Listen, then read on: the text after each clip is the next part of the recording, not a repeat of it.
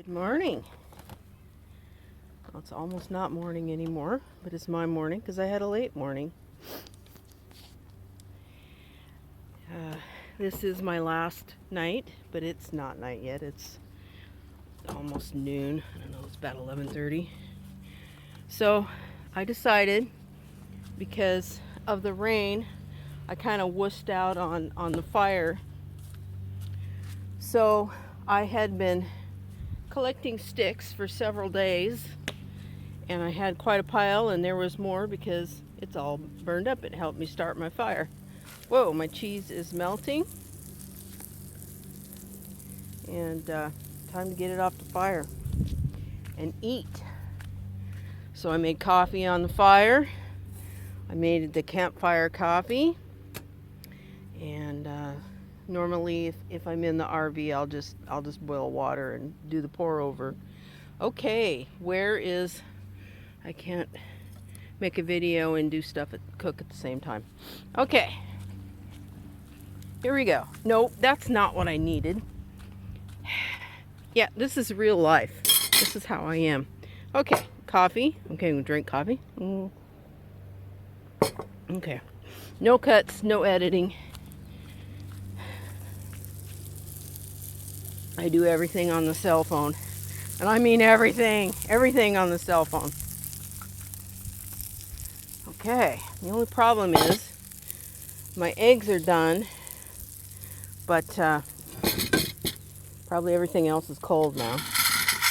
Oh well, that's campfire living. So I had an interesting night last night. I boasted online about how awful my life was living in an apartment. I had to open my big mouth because I had bad neighbor syndrome last night. I had moved from my original spot where I had been staying most of the time I've been here. Like I said, tonight's my last night, and last night was my first night in my new spot. And I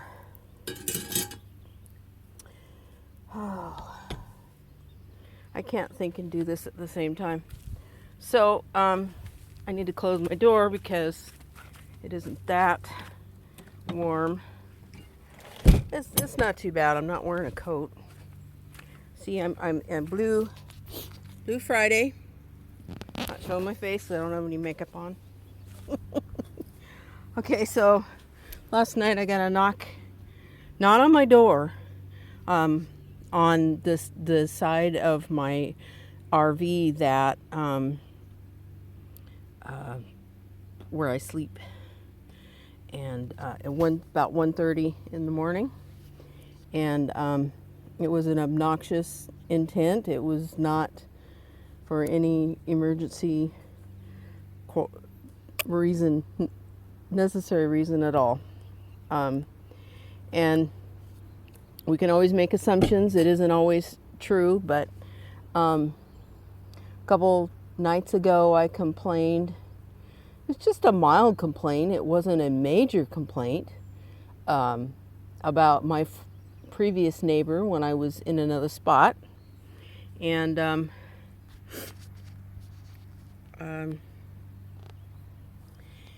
because they had their music on a good part of the day and up until late at night, and it was very loud, and it just wasn't something I wanted to listen to, but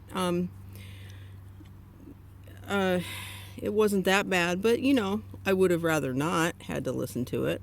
I'd rather had the peace and the quiet and hear the birds and people mowing their lawns and that kind of stuff. That's what I come out here to hear. And so I did mention it to one of the rangers, not the main head guy, but one of the ladies that works here, and it was no big deal. And then I had lost something in the bathroom, and I had mentioned it, and I taped a note up on the wall, and she came back yesterday and knocked on my door, the ranger lady who works here, and told me that they couldn't find anything. And then I just found it last night, and I told the head ranger guy, I think he's the guy in charge, I told him that I found it, but I don't think he knew anything about it. I don't know if you're trying to give you a nice view. So anyway, the people that I had complained against, they left this morning. I saw them driving around just as I walked out my door, I saw them leaving, because I thought it looked like their rig, and I looked in the space where I knew they were, and they were not there. So that was them. And of course, I don't know for sure that they're the ones that knocked on my door. Or not, they didn't knock on my door. They knocked on my RV at 1:30 in the morning. But the problem is with stuff like that is it left me uneasy for the rest of the night, because I was up until maybe 3:30 or later trying to get to sleep, but I couldn't rest because every little noise, I thought, I start wondering. I thought, are they gonna try and kill me? Are they gonna try and break in? Are they looking for drugs? Are they gonna mess with my rig? And all kinds of crazy stuff comes to my mind in that situation. And so I did not have a good night's sleep, and I slept in late this morning. But when the thing of it is, though, I would still take this lifestyle over. I mean, look at these trees. That's just gorgeous. You just don't look at this.